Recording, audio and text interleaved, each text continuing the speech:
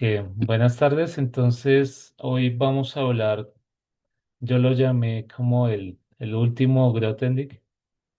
El último Grothendieck es misterioso, o sea, hay gente que todavía, o sea, tiene dudas de que Grothendieck haya escrito cosas al final de su vida, aunque de los 90 al 2013, 14, o sea, 14, o sea, hay más de 20 años, ¿sí? O sea, tal vez ya tenía 70, 80 años, pero todavía escribía cosas, ¿sí?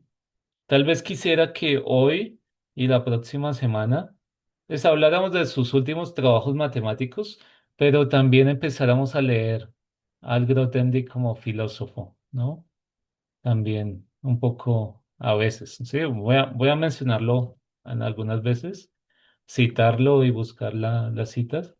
Y la próxima semana tal vez desarrollar un poco más o leer, si quieren, vamos a leer partes de algo que se llama la clave de los sueños o la llave de los sueños, ¿sí? Igual lo de siempre, ¿no?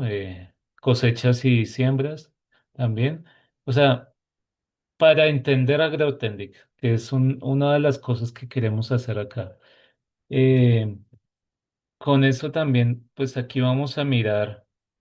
Eh, Les voy a compartir algunas cosas de este documento del profesor Salamea y vamos a tratar de entender este documento. Este documento es del 91, ¿cierto? Entonces, el 91, o sea, los 90 ya es otra época.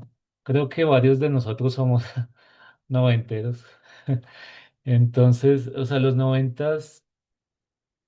La pregunta es, primero, ¿dónde estaba Grothendieck? ¿Qué estaba haciendo? ¿No? Aquí Salamea pues cuenta algunas cosas, pero vamos a enfocarnos hoy, tal vez casi todo el tiempo, en este documento que se llaman los derivadores, o bueno, ¿sí? En francés, ¿cómo está ahí? Pero hay unas menciones, que es lo que les estaba diciendo. Em, Aquí dice que hay una época, mira, dice, eh, entre el X de un programa, o sea, sí, el esquema de un programa en el 84 y los derivadores del 91, pues hay algo en la mitad, ¿sí? Entonces, a mí como que me surgen como dudas, ¿qué pasó en esos años? O sea, en el 84, como Grothendieck que estaba hablando un poco de esto de la teoría de Galois y todo lo que hablamos y bueno, escribió cartas, había una correspondencia con varios matemáticos, ¿sí? Daniel Quillen, cierto, Faltins y todos estos, como finales de los 80, 80 y tantos, pero llega como un punto donde él dice, no, yo tengo que escribir una reflexión sobre mi vida, que no es autobiográfica, que él mismo lo dice, pero la pregunta es ¿por qué lo hizo en esa época? O sea, tenía un plan de, no sé, ¿qué estaba pensando, cierto? Tal vez, no sé, pensaba ya retirarse y, no sé, dejar todo, o sea, retirarse de todo el mundo, ¿no? O sea, recordemos que en los 90 es donde ya se interna en la montaña, ¿sí? Entonces, o sea, a finales de los 80 yo creo que está planeando su retiro, pero no es solo un retiro académico que ya estaba haciendo, sino un retiro como espiritual, yo pienso, si lo pienso así. Entonces ahí es donde aparece como ese Grothendieck como místico, ¿no? O filósofo espiritual, ¿cierto? Entonces o sea, me parece curioso también los nombres, las cosas, títulos de ¿sí? O sea, los derivadores no es solo como pensar en derivaciones y cosas así, sino va más allá, ¿sí? O funtores derivados o no sé qué, ¿cierto? En medio de esa época aparecen estos dos documentos, que es lo que les mencionaba ahorita, de que vamos a leerlos tal vez hoy y la próxima semana. Yo pensaría que tal vez nos vamos a tomar unas vacaciones, Isma. O sea, tal vez terminamos la próxima semana y nos tomamos un mes de vacaciones, ¿sí? O sea, sería como finales de julio, volvemos, ¿cierto? Sería como 20 algo de julio, ¿sí? Volveríamos a retomar. Sí, tenemos que planear un poco más el próximo semestre, ¿no? Entonces, yo creo que terminaríamos con esto la próxima semana y ya esperaríamos un mes, ¿cierto? Entonces, igual les avisamos las fechas. Hay una cosa aquí entonces que quería que habláramos hoy y la próxima semana es leer algo de cosechas y siembras y la clave de los sueños, ¿sí? Entonces, o sea, hay otras cosas que aquí las voy a señalar, a ver, que son importantes, que no son fáciles de entender, ¿sí? Dice aquí, eh, o sea, es que el documento de los derivadores no se va a entender en 2 horas o no sé. O sea, tiene 2000 páginas, ¿sí? O sea, es una cosa gigante. Dice aquí, voy a señalar lo importante hasta aquí. Va a aparecer algo que se llama el álgebra topológica, ¿sí? O sea, ya de principios del siglo XX estaba la topología algebraica, ¿cierto? A principios del siglo XX se estaba creando la topología algebraica. Perdón, se estaba axiomatizando todo, ¿cierto? Ya en los 60 70 ya se tenían muchas cosas de la topología algebraica y todos conocemos, tenemos una idea de qué es la topología algebraica.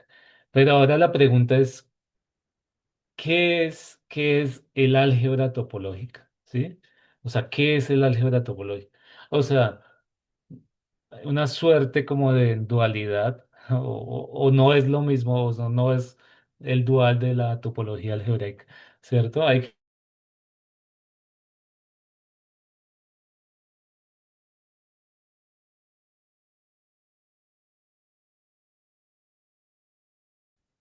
sí, axiomatizar dentro, un poco con las ideas que Ismael habló hace una semana de la categoría de todas las categorías, ¿sí? Lo que se llama el gato, yo le digo el gato o el cat, ¿cierto?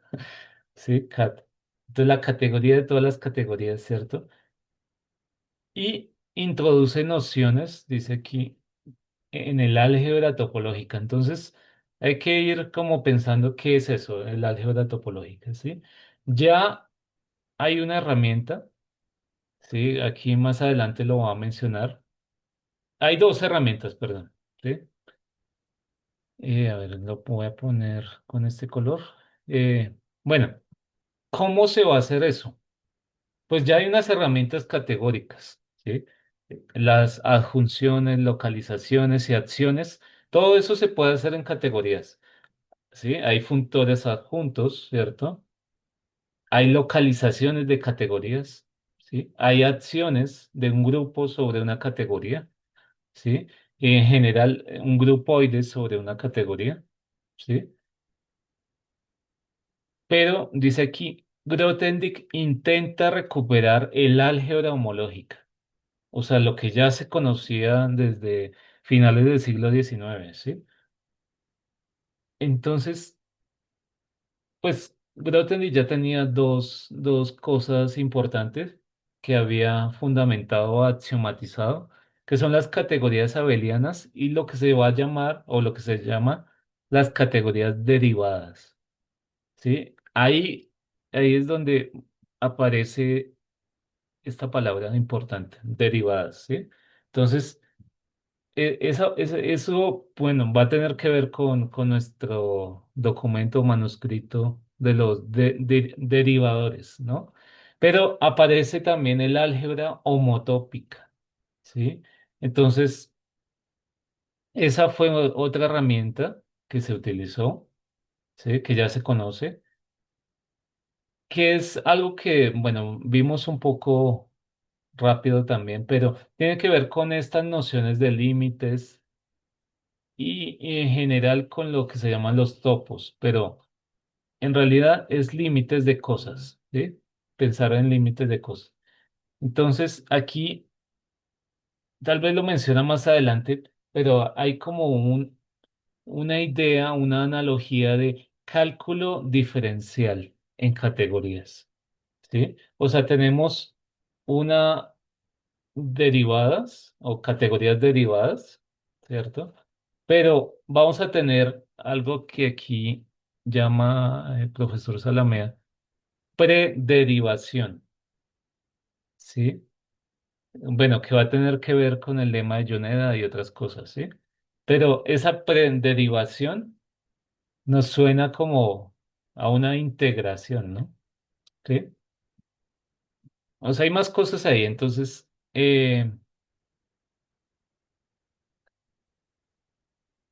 bueno, aquí hay algo que de pronto les interesa a ustedes es, dice, muchas de las ideas y técnicas en el documento de los derivadores quedan aún por ser asimiladas y comprendidas por la comunidad matemática. Es decir, todavía falta entender muchas cosas de ese documento, ¿sí?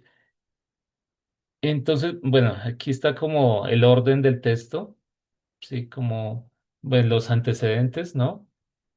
Tratamos de leer antes nosotros estos tres, pero bueno, ha sido difícil. A ver, aquí está. Sí, ha sido difícil leer estos tres. A mí me interesan el primero y el último, y creo que a Ismael el de la mitad, ¿sí? Pero, o sea, son cosas gigantes, ¿no? Son documentos gigantes, extensos, y, o sea, hemos llegado como a un 10-20% tal vez, ¿no? O sea, entender algunas cosas importantes, ¿no? Em, Pero aquí hay otras cosas que tal vez nos ayudan a entender eso. O cómo pensaba Grothendieck, tal vez nos da alguna señal y es lo que estamos tratando de buscar también es en cosechas y siembras y en la clave de los sueños. ¿Sí? Em, Acá hay algo, esta es una cita, o sea, miren esta cita que está aquí. Em, Dice, los derivadores es su última obra distribuida. Dice, su nocturnal canto de cisne antes de su seclusión definitiva en los Pirineos. Eh, si ven aquí, esa es una cita. Bueno, es toda esta cosa que está aquí. Eh, bueno, aquí hay como un resumen de qué pasó con Grothendieck al final, ¿sí? O sea, es una cita de profesor Salamea. Entonces, este es el lugar donde muere Grothendieck, en los Pirineos. O sea, él cambió como dos veces de lugar, pero aquí está un poco lo que les mencionaba de ese último Grothendieck. Dice,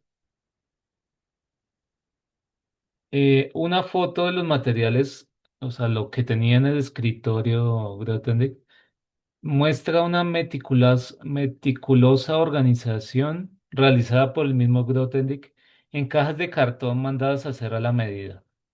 En una visita láser, Malsiniotis pudo elaborar una lista inicial de algunos materiales póstumos.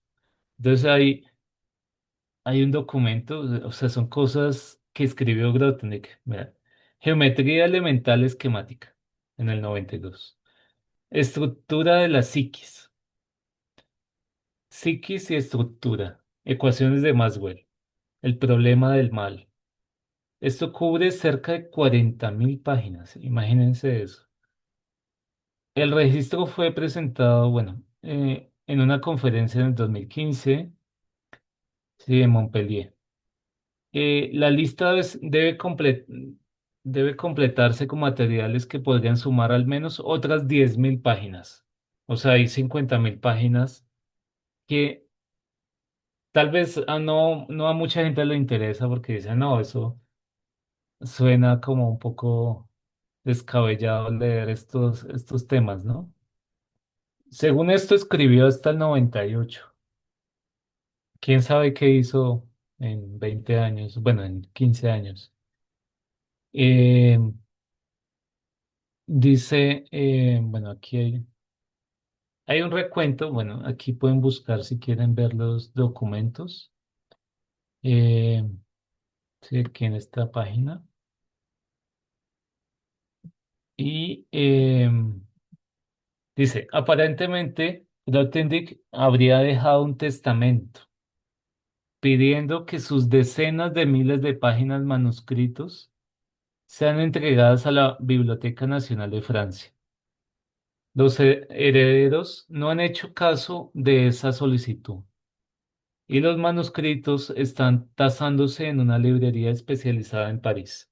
O sea, están mirando cuánto les pagan por eso. ¿Sí? O sea, esto es una cita del 2016. O sea, ya han pasado otras cosas. Yo tengo una Eh, pregunta, Dígame. no sé si la va a responder, pero ¿sabes si hay alguien que no sea matemático que haya mirado como más o menos de qué trata eso? O sea, porque a nosotros matemáticos nos encanta, ¿no? Leer toda esa parte de lo que hizo, que fue aparte de las matemáticas, ¿no? Pero alguien que sea como de artes o letras, que diga, ah, es interesante y contrasta con todos los puntos anteriores, ¿no? A lo mejor el profesor Salamea, que es filósofo, ¿no? Pero ¿ha Sí, habido alguien más? sí, o sea, si quieren darse una idea, yo me imagino, Salamea hace un mes viajó a Francia, está ahorita en París, y todos estos manuscritos están allá en la Biblioteca Nacional de Francia.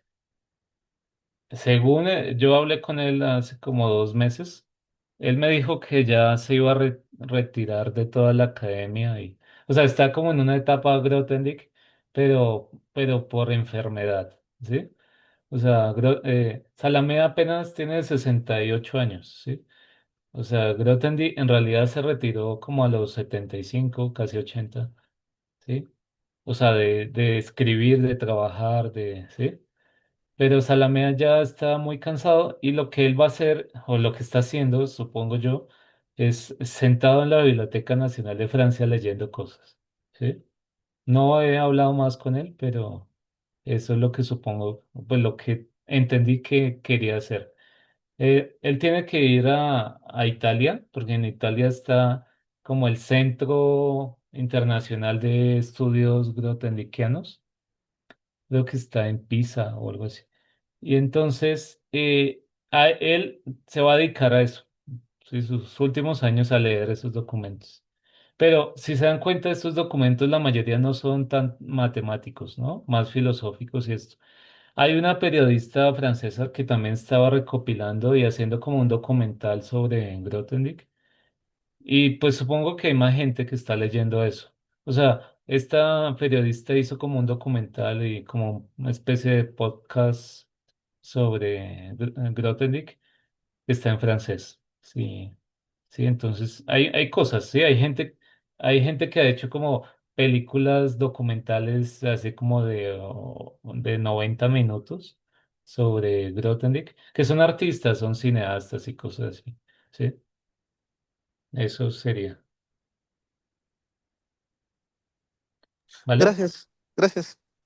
Entonces, o sea, los herederos querían vender, los hijos querían vender eso, y en realidad pues ya lo entregaron a la Biblioteca Nacional de Francia y ahí están. Creo que muchos, bueno, algunos de los documentos los están escaneando. Es que no recuerdo si en una página de estas, hay unas páginas donde están subiendo sí, los documentos escaneados. Sí, y dice, bueno. Ahí ya, bueno, ahí terminamos la cita, pero mi pregunta, que creo que es la misma pregunta de muchos, es, ¿qué pasó en esta época? O sea, pareciera que se hubiera cortado la creatividad de Grothendieck hasta escribirlo, el artículo de los stacks. ahí entra una parte reflexiva de él de escribir cosechas y siembras y de los otras cosas, y vuelve en el 91 a escribir los derivadores. Entonces ahí como que pasó algo entre esos 5 años o 4 años, ¿sí? Pasó algo. Aquí dice, bueno, los años tales parecen haber estado dedicados en su mayoría a aprendizajes y vivencias religiosas y espirituales. Ahí es donde les digo que hay como una especie de retiro espiritual de Grothendieck, ¿sí? Bueno, acá hay una carta, dice, fechada de 26 de enero de 1990, de Grothendieck, que dice, Dios se me manifestó por vez primera el 27 de diciembre de 1986. Ese día empezó un periodo muy intenso de sueños metafísicos que marcó el inicio de mi instrucción religiosa. Según lo que entiendo, él se volvió como una especie de monje ermitaño en esa época, ¿sí? Pero es extraño que escribió también un documento, o sea, como los derivadores de 2000 páginas, ¿no? ¿Sí? Dice, más aún, entre el 8 de enero de 1987 y el 30 de abril de 1889, me ocurrieron cerca de 50 sueños proféticos. Dentro de un ambiente altamente espiritual, Grothendieck se abre así complementariamente a la nueva dimensionalidad alta de los derivadores. O sea, aparece una versión de Grothendieck que no conocíamos, ¿sí? O sea, en esos años, en esos 4 o 5 años que les menciono, hizo algo y le cambió su punto de vista. O sea, después de esos años es donde se retira a la montaña, ¿sí? Entonces algo pasó, ¿cierto? En ese tiempo, ¿no? Eh, bueno, aquí hay más cosas, más citas. Eh, Aquí solo voy a mostrarles una parte, a ver, señalarles aquí.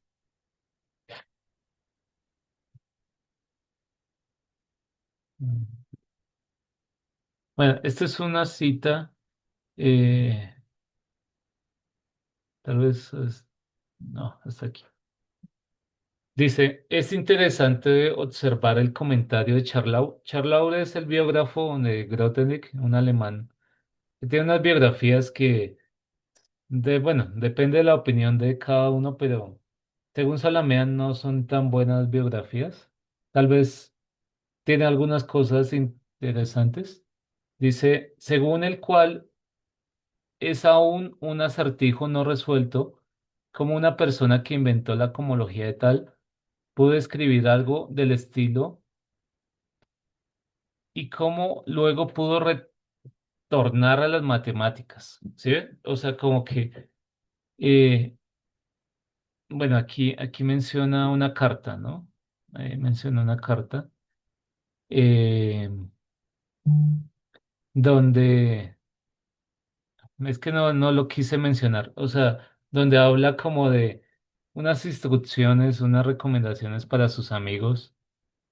eh, Dice que unas recomendaciones éticas, morales y ecológicas, ¿sí? Entonces, como que dice el biógrafo, como que alguien que inventó la cosmología de tal, ¿cómo puede escribir algo como muy, tal vez, así de esta forma de moralismo o no sé, ¿cierto?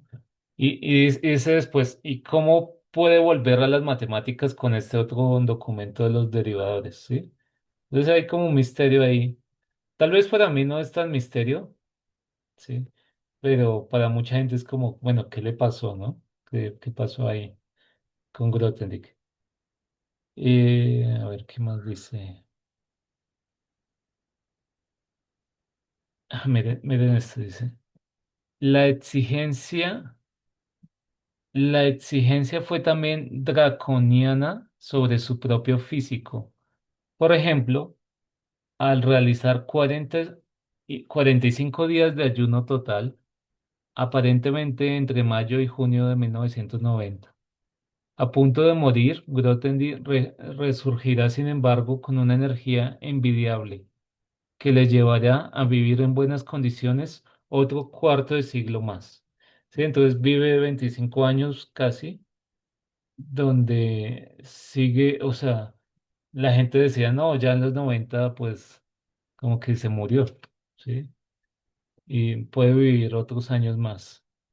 Eh, Hay un amigo de él, creo que todavía está vivo, se llama mm, creo Pierre Iducy, sí, creo que es profesor en Montpellier, como que él enviaba cartas a él desde la montaña, sí, esto es del 91. Mm, mm. Bueno, hay más cosas ahí. Entonces, vamos a mirar el texto. Hay dos cosas acá importantes, estas dos categorías. O sea, para mí suena gracioso, pero, o sea, es la categoría hot y la categoría cat, ¿sí? Entonces es como una gata caliente o algo así, ¿no? Pero, o sea, la categoría hot, ¿cierto? Tiene que ver con un programa gigante que se construyó después, en finales de los 90, ¿sí? Que es lo que, o sea, lo que les mencionaba del álgebra homotópica y, bueno, el álgebra topológica en general, pero el álgebra topológica separada en dos puntos, ¿no? En la homotopía y en la homología. Y entonces es ahora entender no con espacios topológicos, sino con categorías, ¿sí? Uno tiene en especial estas dos categorías, ¿sí? Y tal vez no voy a extenderme sobre esto, pero lo que él empieza a hacer es axiomatizar, que es lo que ya habían mencionado, ¿no? A ver, ¿qué más dice aquí? Bueno, hay una carta, no recuerdo Thomason, ¿quién era? Bueno, hay un programa un poco más grande que parte de estas ideas, que se llama la teoría homotópica de tipos, que es una especie de intento de fundamentación de las matemáticas a partir de la homotopía de alguna cosa que se llaman los tipos. ¿Sí? A ver, bueno, entonces, miren que acá aparece todo ese lenguaje categórico, ¿no? O sea, piénsenlo así, lo que quiere hacer es como una especie de homotopía entre categorías, ¿sí? ¿Podrías repetir la teoría homotópica de motivos o teoría homotópica de qué? De tipos. Ah, de tipos. Sí, es el trabajo a ver si, es que siempre me confundo, lo voy a buscar para que lo digo bien. O sea, hay un medallista Fields, creo que es también de los 90, entonces se llama Homotopic, topic, eh, sí, Homotopic Type Theory, eh, y, o sea, hay varias gente que ha trabajado en eso, sí, es como hot, pero con doble T, ¿no? Pero, o sea, lo que yo entiendo es parte de lo que ya Ismael mencionó un poco de los grupoides y todas estas ideas, pero ahora o del infinito grupoides y otras cosas, pero en categorías, ¿no? Y hay un personaje que es un ruso que se llama Vladimir Boboski, ¿sí? Que es de los que empieza a axiomatizar esa teoría. ¿Sí? Entonces, ahí, si quieren investigar un poco, sí, como teoría homotópica de tipos, Vladimir Boboski, bueno, se escribe así como Boboski, ¿sí? Con V. Y hay más cosas, o sea, hay muchos trabajos, pero la verdad es que no entiendo un poco todo esto. Hay una cosa importante que siempre he querido estudiar que se llama el cálculo lambda. es como una especie de lógica ahí dentro de esas teoría homotópica de tipos, ¿sí? Los tipos son en realidad cosas lógicas, como modelos, ¿sí? Modelos de teorías, ¿ok? Entonces, ahí hay más cosas que yo, la verdad, no entiendo tanto, pero pueden hablar con mi amigo Vladimir Boboski, ¿sí? Boboski, o sea, trabajaba. O sea, piense lo que hizo Boboski fue una teoría homotópica, pero o sea, comenzó su trabajo para variedades algebraicas. O sea, las variedades algebraicas tienen una topología, entonces uno pensaría, bueno, yo puedo hacer homotopía con eso, pero lo formuló con un lenguaje, digamos, distinto, que es la teoría o la cohomología.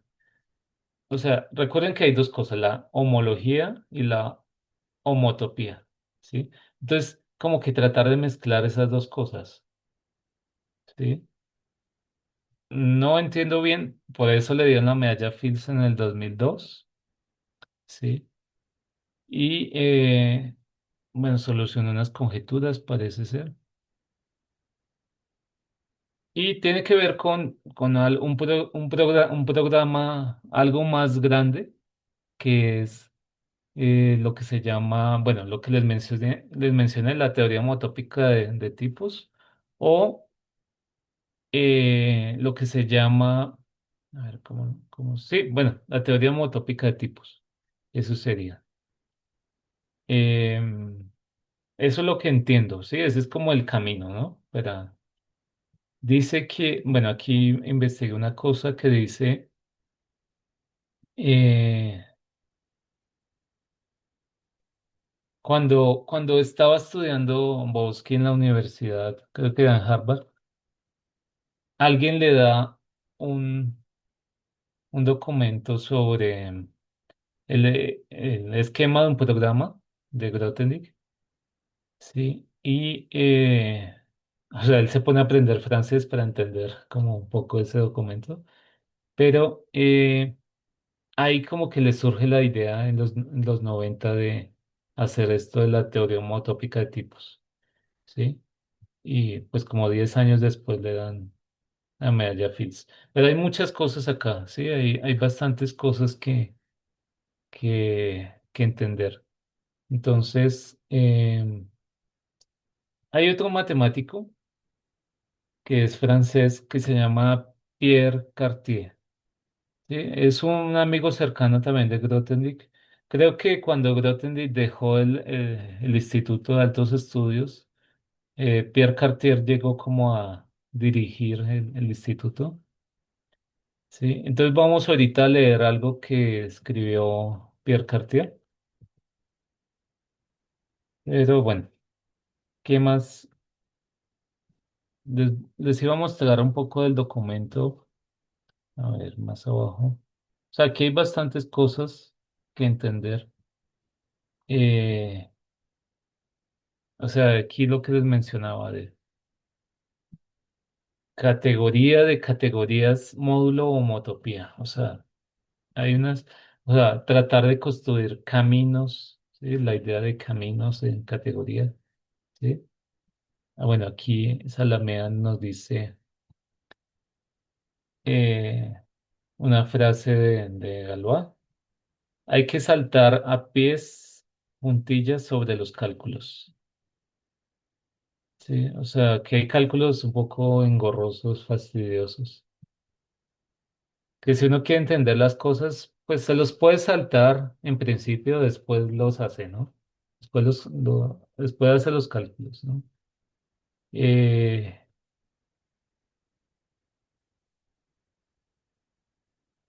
bueno, ¿qué más quería mencionar?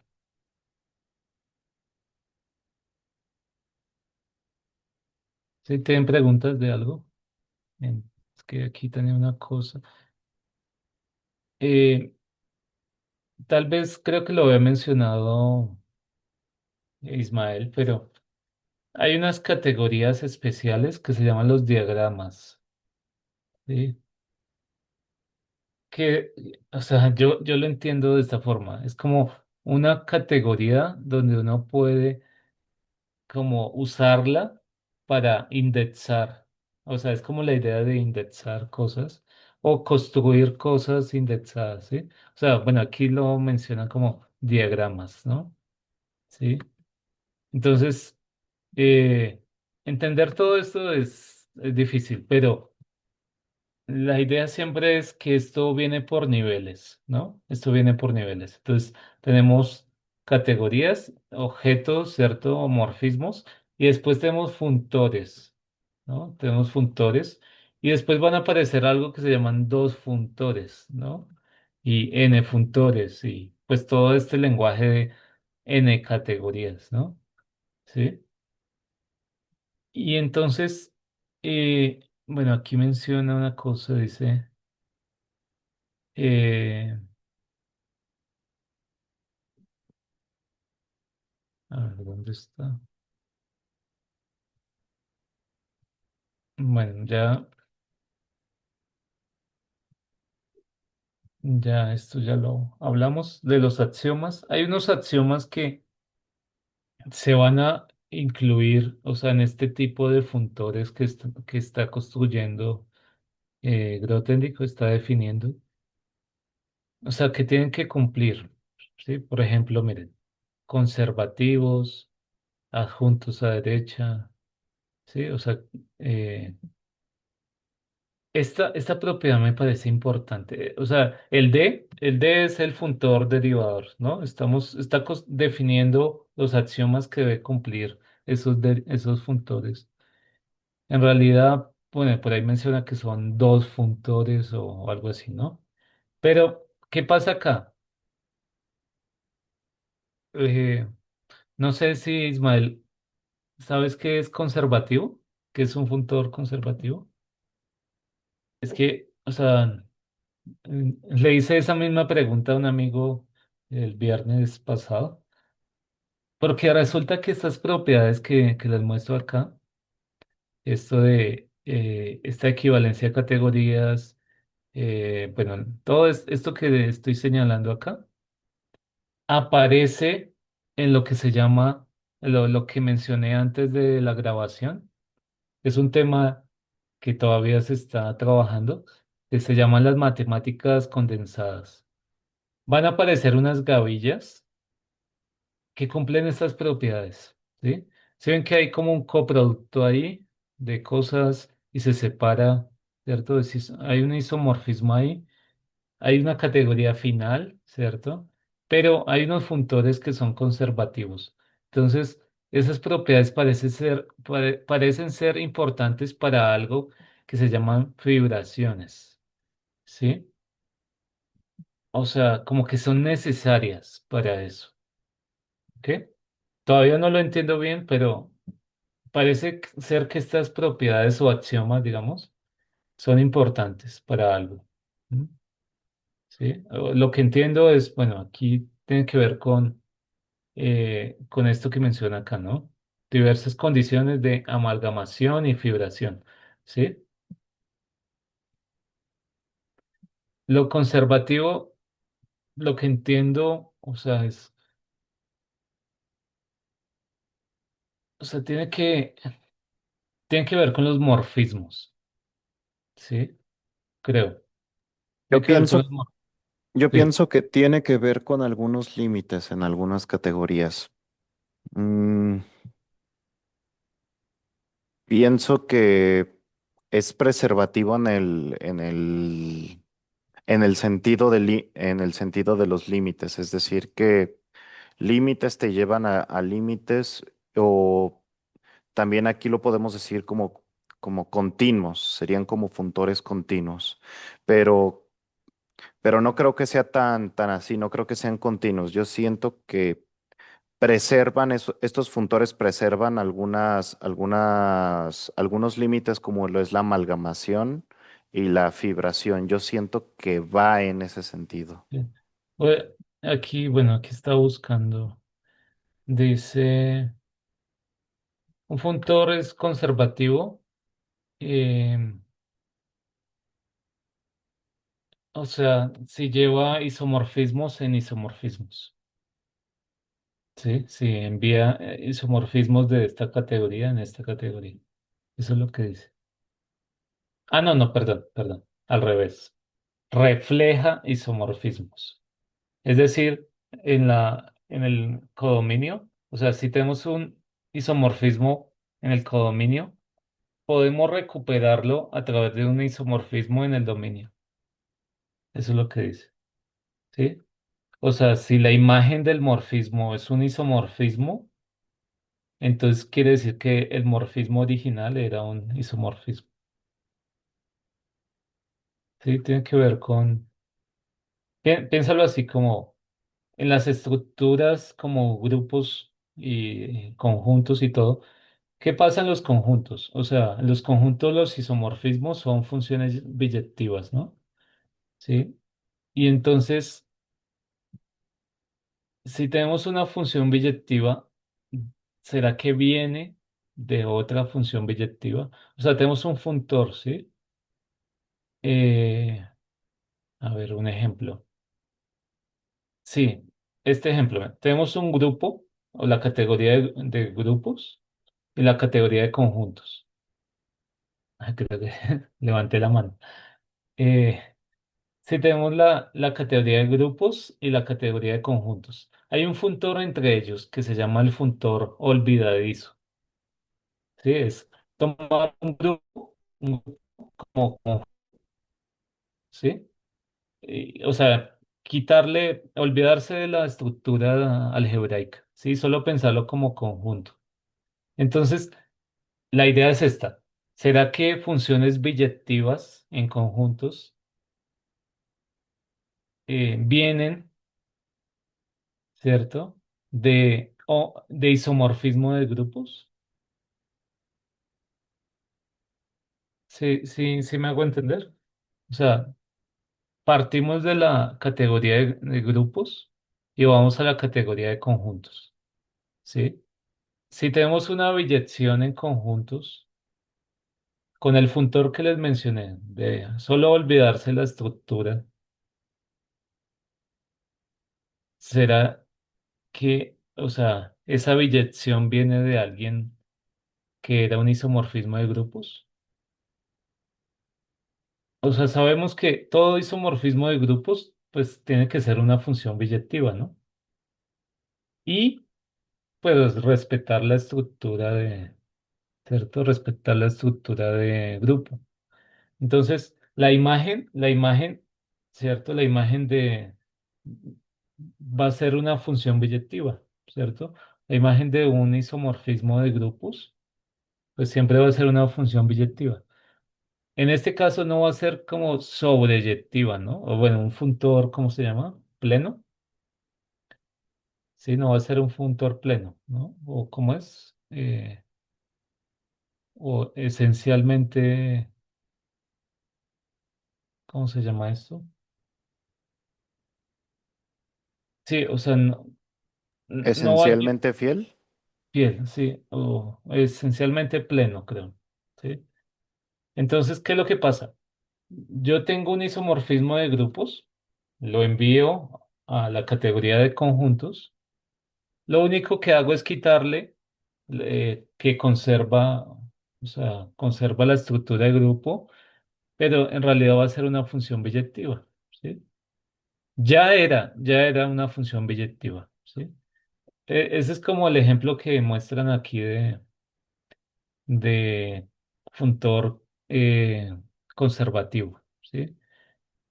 Dicen que hay un funtor que no es conservativo, es,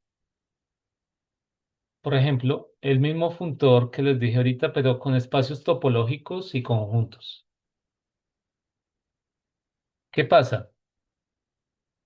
Pues uno tiene una función continua, ¿no? O bueno, un homeomorfismo, ¿no? Entonces la pregunta es, ¿toda biyección continua es homeomorfismo?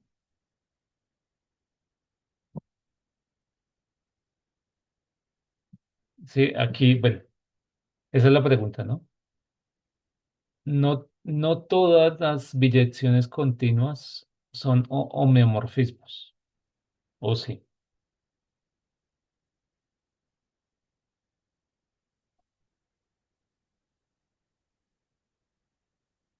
¿Qué faltaría ahí? Mm.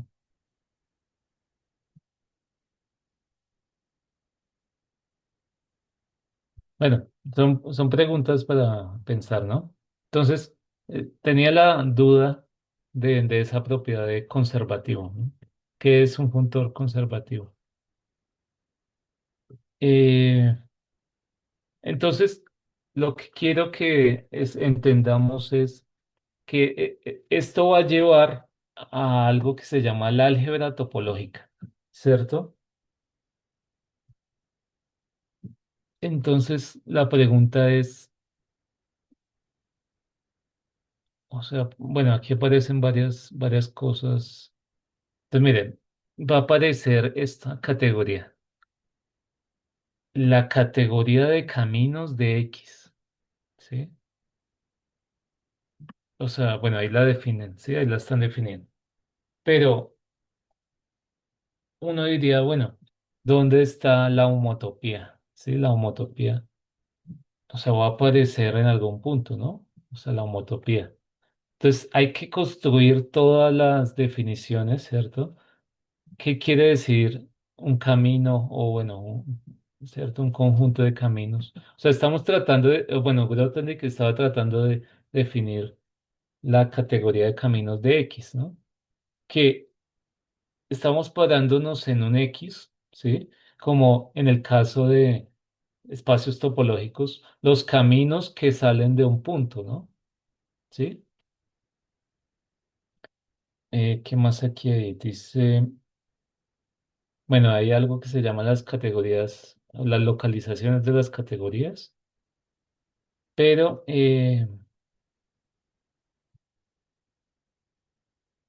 a ver,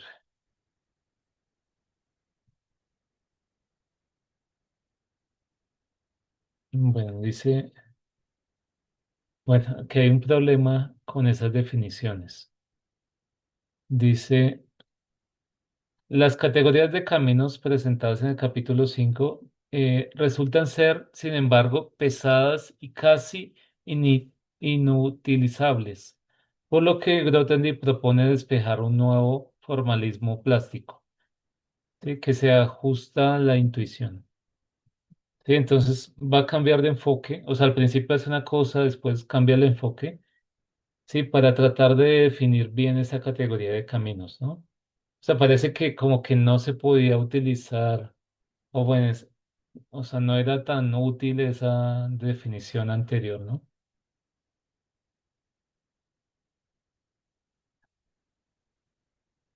Entonces, mire, va a utilizar esto. Aquí hay algo importante. Dice, utilizando luego los funtores representables, las construcciones, las reconstrucciones anteriores permiten expresar el entorno de los caminos y sus composiciones con flechas únicamente a nivel de cata, o sea, de la categoría de todas las categorías. ¿Sí?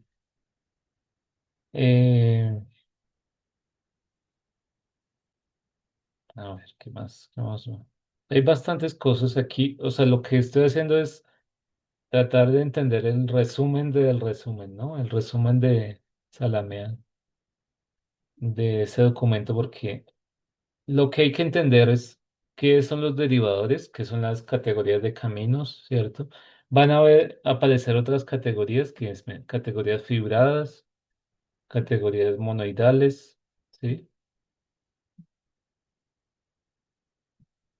A ver, ¿qué más podemos? Entonces, piénselo, lo que se está tratando es que cocinar un ambiente donde se pueda hacer homología y donde se pueda hacer homotopía en categorías, ¿sí? Eso es lo que se está tratando de hacer en ese documento, ¿sí? A ver, ¿qué más? Vamos a mirar aquí abajo. Bueno, aquí hay una síntesis. Entonces, vamos a leer una parte de esta. Dice, los derivadores proveen un ejemplo muy fino de búsquedas de quinta esencia. Esta palabra eh, tiene que ver con algo que yo había mencionado hace rato, en otros seminarios. Es, bueno, también lo menciona Salamea, es como el origen del origen o el corazón del corazón, o sea, como lo más interno, lo más importante.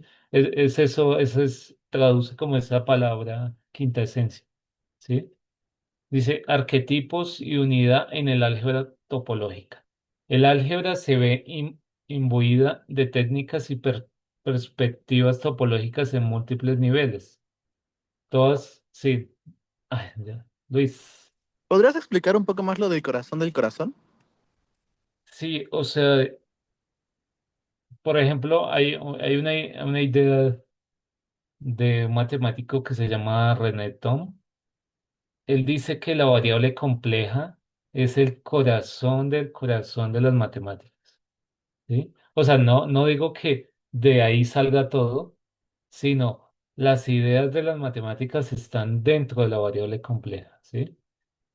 O sea, es como que lo esencial está ahí, ¿no? Eso es como, o sea, hay una parte que es el centro de las matemáticas, que pues cada uno podemos pensar cuál es, pero hay algo más dentro de ese centro, que siempre va a estar, es como la intersección de todos, ¿sí me entienden? Como la intersección de todos, lo más, ¿cierto? Interno sería eso de la quinta esencia o el corazón del corazón, ¿sí?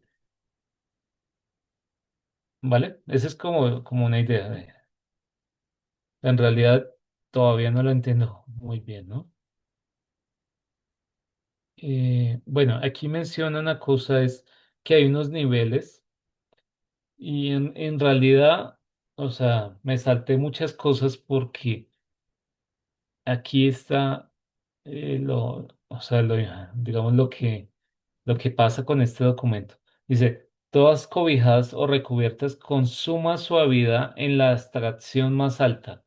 O sea, es un nivel de abstracción bastante alto que yo no llego hasta allá, ¿sí? Eh, Hay una cosa aquí, bueno, está hablando de las homologías, de las homotopías, pero aquí hay una parte, aquí. Hay otra cosa que con Ismael hemos detectado también. Hay algo importante en la teoría de categorías, yo diría como el corazón de la teoría de categorías, es el lema de Yoneda, ¿no? Sí, el lema de Yoneda dice aquí, bueno, gracias al uso del lema de Yoneda en topos de prehaces o pregavillas, cobijadas bajo el ambiente de los localizadores fundamentales, o sea, bueno, o sea, se pueden encontrar, dice aquí, resoluciones de las obstrucciones a la no canonicidad en categorías abelianas y derivadas. O sea, va a aparecer el uso del lema de Yoneda. Sí, recuerdan que estaba él tratando de definir la categoría de caminos y todo esto. Parece que la solución va a venir de lo que se llaman los puntores representables y ahí es donde aparece el lema de Yoneda para ayudar digamos, a entender un poco o a utilizar esos puntores representables. ¿Sí? Aquí, bueno, lo mencionan esas palabras, pero eso es lo que yo entiendo, ¿sí? A ver, ¿qué más dice?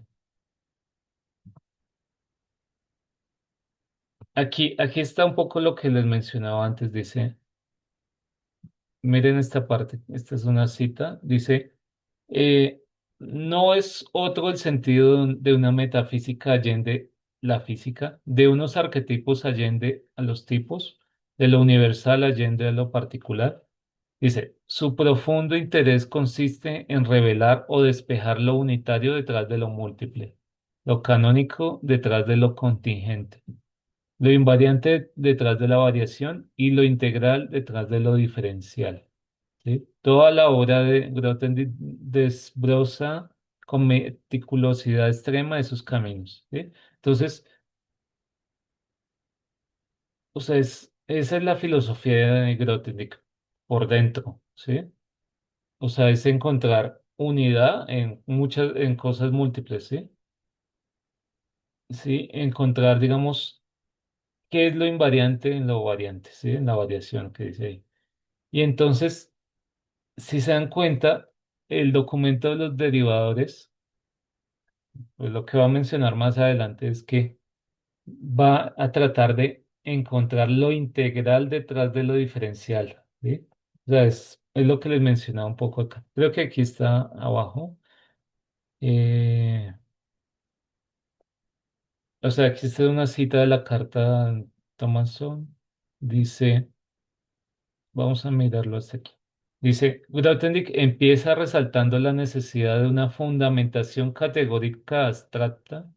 Dice, tengo la convicción de que una álgebra homotópica, o en una visión más vasta, una álgebra topológica, tal como la considero, no podrá ser desarrollada en toda la amplitud que merece sin los fundamentos categóricos apropiados. Es decir, una teoría de categorías grandes que llamo por el momento accesibles. ¿Sí? Entonces, ahí es donde empieza a fundamentar lo que se llama pues la categoría de las categorías, ¿no? ¿Sí? O sea, primero arranca pensando en eso, después va a tratar de hacer una homotopía, ¿sí? O una álgebra homotópica, que es lo que estuvimos viendo. A ver, ¿qué más dice aquí?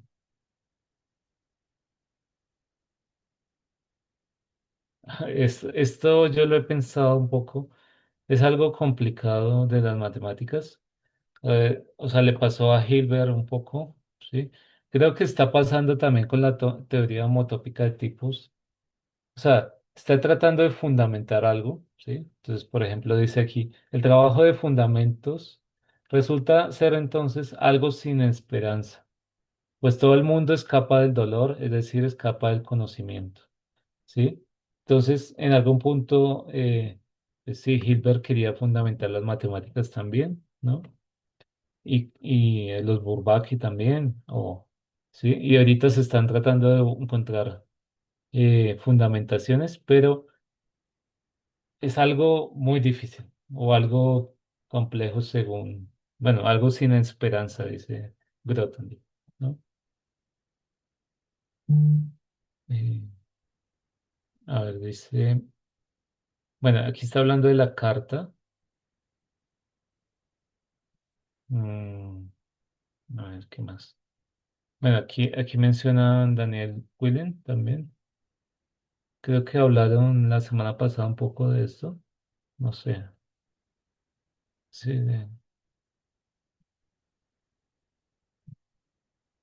aquí hay algo interesante. Eh, en, allá en México olvidé mi libro. Yo tengo un libro.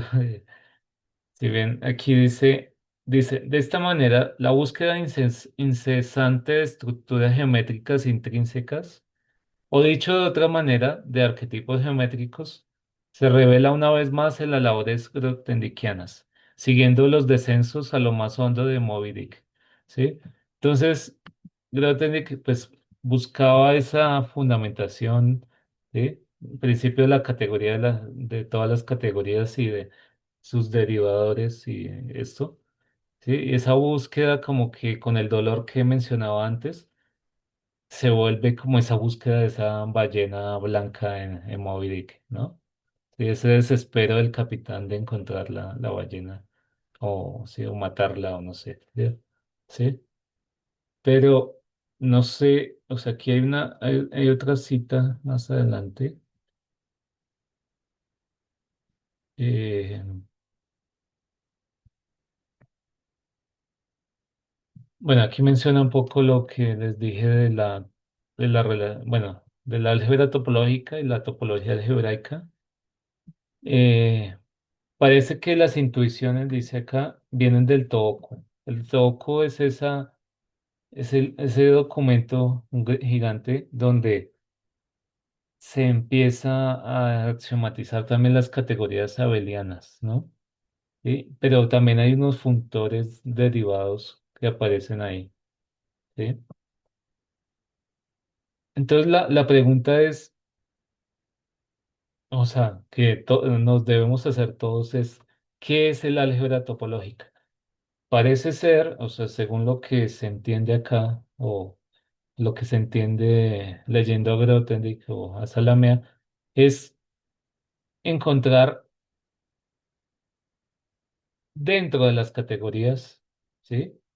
U- Una álgebra homológica y una álgebra homotópica, ¿sí? Si se dan cuenta, ahí ya no hay topología, ¿no? ¿Sí? Entonces uno diría, bueno, ¿sí? La topología tal vez es entender, por ejemplo, los caminos, entender, ¿sí? Las resoluciones o bueno, sí, estas cosas, pero ya se pierde esa idea, ¿no? Topológica, ¿no? De espacio topológico, de... O sea, aquí ya no van a aparecer, ¿sí? Sino es un lenguaje categórico un poco más. Aquí menciona una cosa que, miremos esta última parte. A ver, dice, la geometría abeliana, los stacks, los derivadores, constituyen diferentes perspectivas para capturar esa variabilidad algebraica. Entonces parece ser que, o sea, lo que importa es un poco esa variación algebraica, ¿no? Dice aquí, bueno, los derivadores proponen su fundamentación en el ámbito general de ciertas subcategorías homotópicas dentro de categorías accesibles, ¿sí? Esta es la palabra que utilizó Grothendieck, ¿sí? Categorías accesibles. Eh, bueno, aquí, no sé, bueno, esto es un comentario esta es una filosofía bueno, no solo de Salamea, sino, bueno, de Bachelard. Es la filosofía del no, ¿sí? Es, por ejemplo, lo anabeliano, ¿sí? Es eso, la negación de lo abeliano, de alguna forma, ¿sí? Pensar siempre en la negación, ¿no? En lo opuesto. Eh, bueno, aquí explican que es una categoría de modelos de Quillen, ¿sí? Bueno, es como donde hay fibraciones y cofibraciones y bueno, hay más cosas ahí. Eh, pero parece que lo importante es eso, ¿no? Es esas categorías esos de modelos, el objetivo es abstraer propiedades de las categorías de espacios topológicos, ¿sí? Eso es, dice en resumen ahí. Bueno, dice más cosas, pero eso es como parece ser lo importante, ¿no? Ahí.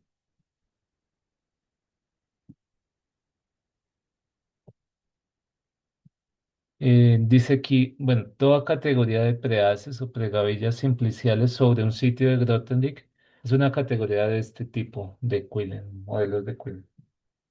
¿Sí?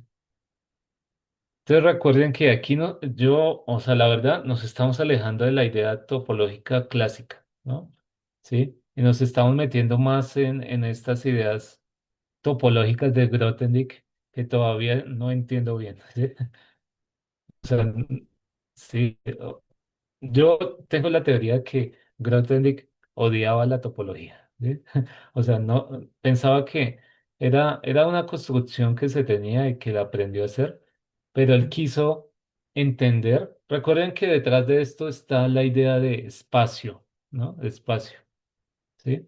Que es con lo que voy a terminar hoy. Vamos a leer eh, eh, qué es lo que quería Grothendieck detrás de esa idea de espacio, ¿sí? Que en general no es espacio topológico, sino como espacio, ¿no? Bueno, aquí, mm, bueno, parece que lo importante también en este documento de los derivadores que incluye él es esto que tal vez solo lo voy a mencionar así, Es lo que se llaman los localizadores fundamentales, ¿sí? Como lo que aparece al final del documento. Em, ¿Qué más tenemos acá? A ver. Bueno, hay bastantes cosas, pero bueno, aquí está este tema, pero no voy a continuar aquí. Voy a cortar ahí.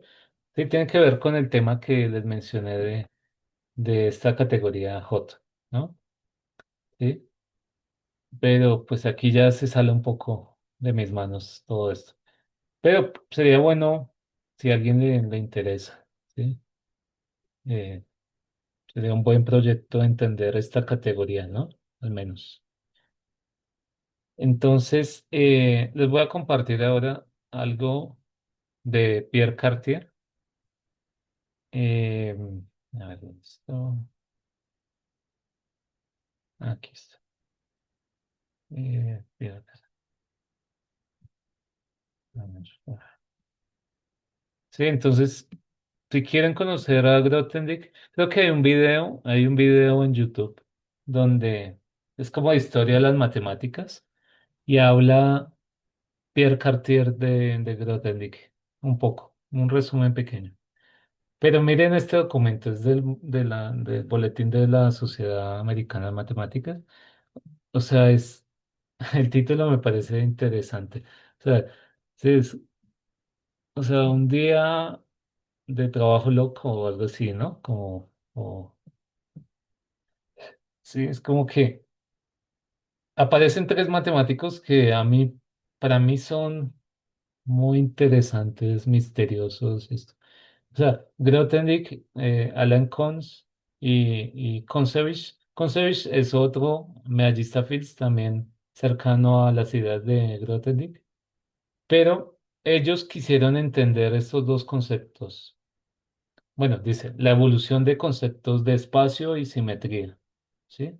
Entonces, aquí Pierre Cartier hace como un análisis de lo que estos tres matemáticos estuvieron trabajando, ¿sí? Entonces, bueno, aquí hace como una introducción histórica, un poco, solo voy a mencionar unas cosas.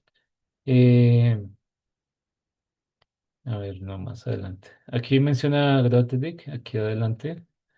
Vamos a leer un poquito esta parte que creo que ya les había mencionado un poco.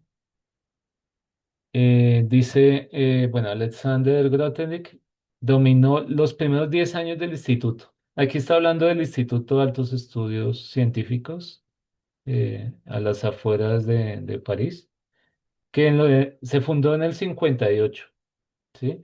Y entonces, este documento es del 98, creo, sí, el 98. O sea, es para como el aniversario número 40 sí, del instituto. Entonces escriben Pierre Cartier escribe este documento y dice,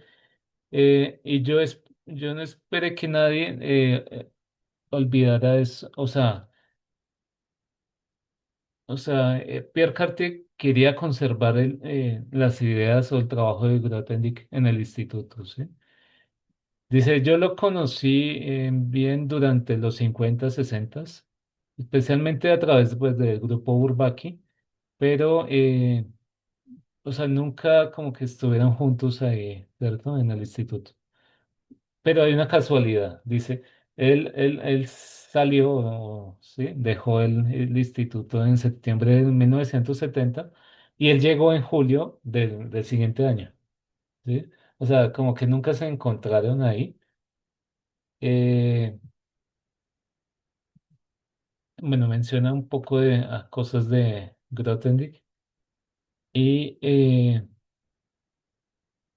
por qué Grothendieck pensaba un poco o sea, bueno, menciona un poco lo de Hiroshima, de la bomba atómica y de estas ideas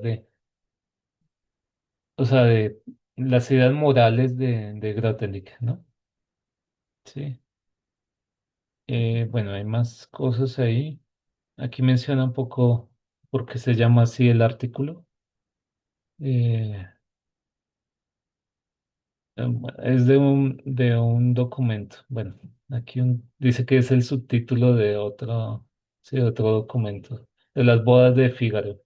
Sí. Eh, sí, las bodas de... Dice aquí, bueno, acá está lo importante, dice. O sea, queremos entender los conceptos de espacio y simetría, ¿sí? Y entonces vamos a mirar la siguiente página. Dice, eh, o sea, hay otros matemáticos que estudiaron esas nociones como desde la física un poco, ¿sí? Desde las matemáticas de la física. Pero bueno, aquí él hace una breve biografía de Grothendieck que ya conocemos un poco nosotros, pero quería solo mencionarles esta parte que está aquí. Dice que en la autobiografía de Lorenz Schwartz, que fue el asesor doctoral de Grothendieck, dice que menciona a su estudiante de Grothendieck, pero en realidad no, o sea, solo menciona pocas cosas, ¿sí? Eh, Dice, lo cual yo sé de su vida, o sea, lo que sabe de Grothendieck es porque Grothendieck le habló a él, o sea, no por los demás, o sea, no sabía nada de Grothendieck, sino solo de lo que le contaba Grothendieck en sí mismo, ¿sí? Y bueno, dice que eh, por otros testimonios, tal vez. Bueno, menciona un poco de la vida de Grothendieck y menciona un poco aquí esta parte eh, que quiero que nos quedemos con esto para la otra semana. O sea, vamos a hablar de la llave de los sueños, ¿sí? En la llave de los sueños, Grothendieck habla de un creador o de un soñador y también alguien que le mete los sueños. Recuerden que él menciona que tiene como 40 sueños que son premoniciones de cosas, no sé. ¿Sí? Eh, entonces, tal vez vamos a leer un poco de eso, ¿no? La otra semana. Bueno, esto es muy biográfico de Grothendieck. Entonces, lo que nos interesa es entender la noción de espacio o qué noción de espacio tenía Grothendieck, ¿no? Aquí lo que hace Cartier es como dar un resumen de la vida de Grothendieck. Yo lo pienso que es a través de eso que él arma como la idea de ¿de qué pensaba Grothendieck? Sí, todo esto ya lo vimos. A ver, creo que va a terminar con, bueno, aquí esto ya hablamos de las conjeturas de Bay y hay otra parte. Todo esto es la biografía, si quieren se los puedo compartir. Es una mini biografía de Grothendieck, pero me parece que tiene detalles muy buenos, ¿sí? O sea, de alguien que lo conocía, digamos, un poco más cerca, ¿sí? Dice que después del 93, o sea, sí, no sé qué entienden ustedes como este, o sea, lo que entiendo es que se vuelve un ermitaño en los Pirineos, ¿sí? O sea, es lo que, sí, que se aleja de todo mundo en el 93. No sé si Ismael también, ¿tú naciste en el 93 o en el 94? Yo nací en el 95. Ah, 95. Sí.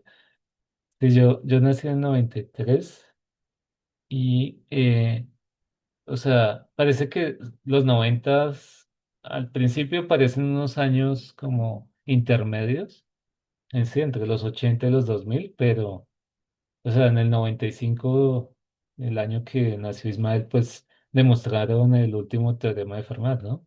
Sí, sí, pero, o sea, hay bastantes cosas en los 90 que tal vez uno piensa que se hicieron en los 80, pero en realidad se hicieron en los 90, ¿sí?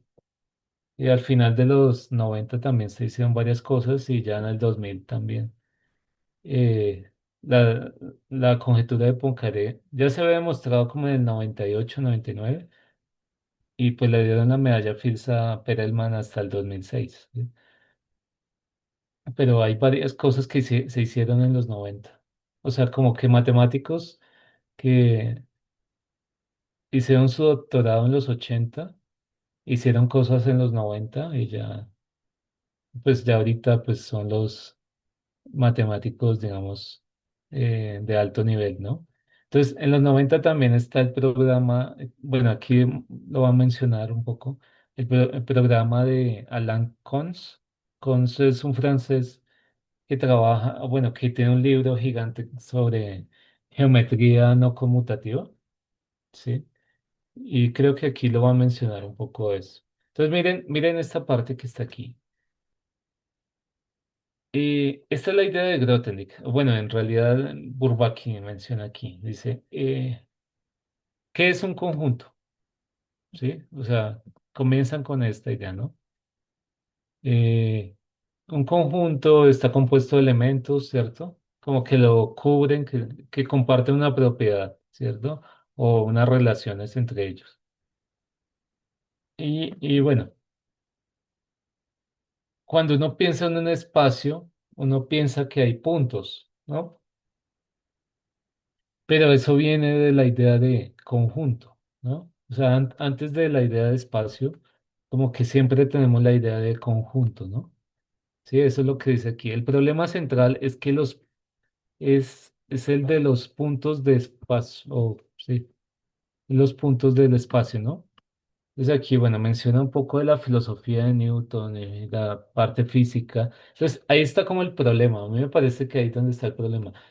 La idea de física, bueno, la idea de conjunto y de puntos viene de la física, a mi parecer, ¿no? Dice aquí, creo que ahí menciona algo de eso. Sí, desde el punto de vista físico, sí, la idea de Newton del espacio absoluto y todo eso, ¿no?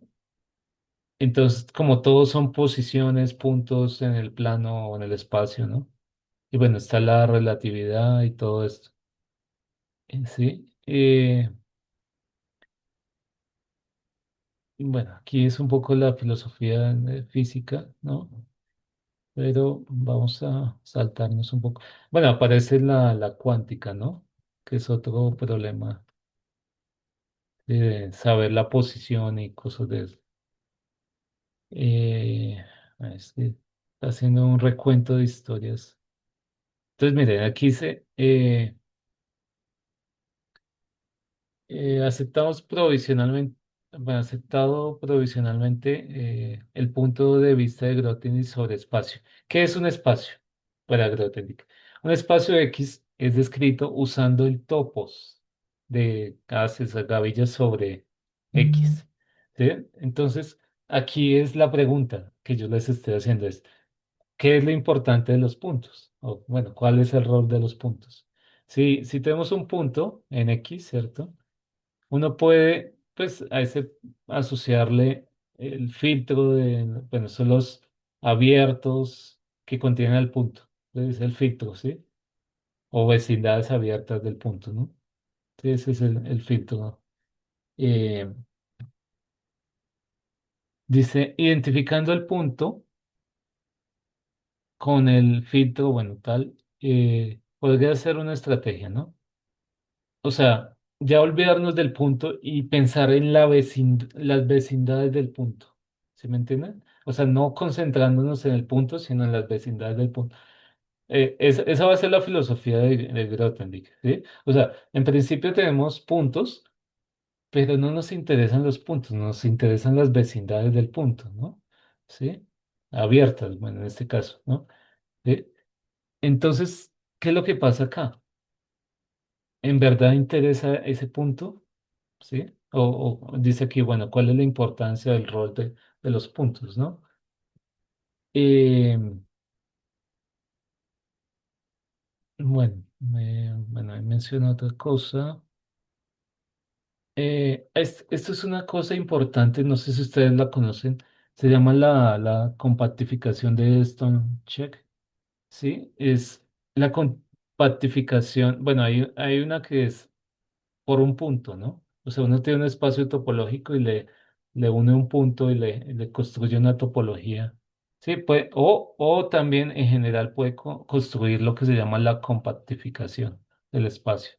¿sí? O sea, un espacio cualquiera, uno lo puede meter dentro de un espacio compacto, que va a ser la compactificación, ¿sí? Eh, bueno, dice, hay un lenguaje, hay una cosa también. Esto tiene que ver con lo que les mencionaba antes, que es otro tema que tal vez no hemos mencionado, es el concepto de lógica, en la lógica, ¿sí? En la teoría de modelos y todo esto. Entonces, no sé si ustedes conocen un poco de esto. Yo tengo muchos amigos lógicos y me hablan todo el tiempo de esto, y conjuntistas, ¿sí? Es un lenguaje que ellos utilizan. O sea, la idea de qué es un modelo, ¿sí? O en un curso de lógica uno puede entender qué es un modelo, ¿sí? Un modelo es como una serie de cosas, digamos que axiomas, elementos, relaciones para satisfacer algo, ¿sí? Entonces, tenemos la teoría bueno, sí, la categoría, bueno, la teoría de grupos, ¿sí? Entonces, para los grupos tenemos unos axiomas que cumplen los grupos que tenga elemento unidad, bueno, neutro, ¿sí? Todas esas cosas construyen un modelo, ¿sí? Y en la lógica se estudia un poco eso, la teoría de modelos. ¿Cómo será que todas las teorías tienen modelos? O sea, ¿sí? Cuando una teoría tiene un modelo, se llama consistente, ¿sí? De aquí, eso es lo que menciona ahí, ¿sí? Entonces, eh, hay una cosa, bueno, esto es un poco más fuerte. Habla de unas funciones, se llaman, bueno, valuaciones, ¿sí? Sí, hay unas funciones que se llaman valuaciones, pero estos van a tener que ver con algo que se llama ultrafiltros, ¿sí? Eh, a ver, ¿qué más podemos pensar ahí? O sea, piensen lo que en la lógica nosotros tenemos la lógica ambivaluada, o sea, verdadero o falso, ¿cierto? Así como está ahí, cero o uno, ¿cierto? True o false, ¿cierto? ¿Cierto? Esa es una evaluación, ¿cierto? Entonces, la evaluación va a ser así como está en las propiedades que están ahí explicadas, ¿no? En, en, en, en verdadero vale uno, en falso vale cero, pero uno puede poner algo intermedio también y eso se llama una lógica difusa o fuzzy logic. Pero resulta, eso no es lo importante aquí, sino, y creo que está aquí en la siguiente. eh, Mm, Y casualmente esto tiene que ver un poco con lo que les mencionaba que se llama la, las matemáticas condensadas. Piénsalo así. Uno puede definir algo, unas operaciones, ¿sí? Ahí están definiendo las operaciones. Y uno puede construir algo que se llama una álgebra booleana, ¿sí? Hay una correspondencia entre álgebras booleanas y espacios compactos de Hausdorff. Sí, hay como, son categorías equivalentes, sí, de alguna forma. Entonces, es algo que se llama la dualidad de Stone, o bueno, aquí se llama el teorema de representación de Stone, ¿sí? Entonces, ¿qué es lo que pasa? Uno puede pensar cosas lógicas, por un lado, y espacios compactos por otro lado, ¿sí? Entonces, pero uno puede armar una equivalencia entre eso, ¿sí? Entonces, bueno, eso es lo que mencionan acá. O sea, traté de como de resumirlo, todo lo que mencionan acá. ¿Sí? Aquí está explicado un poco eso. Bueno, y aquí empieza otro. Es que está definiendo como históricamente cuál es la idea de espacio, ¿no? Ya después van a aparecer la idea de la geometría algebraica, ¿no? ¿Sí? El espacio de puntos o solución de polinomios, ¿no? ¿Sí? Que resulta que el espacio, ¿cierto? De solución, o los puntos que solucionan polinomios van a tener una estructura de espacio topológico, ¿no? ¿Sí?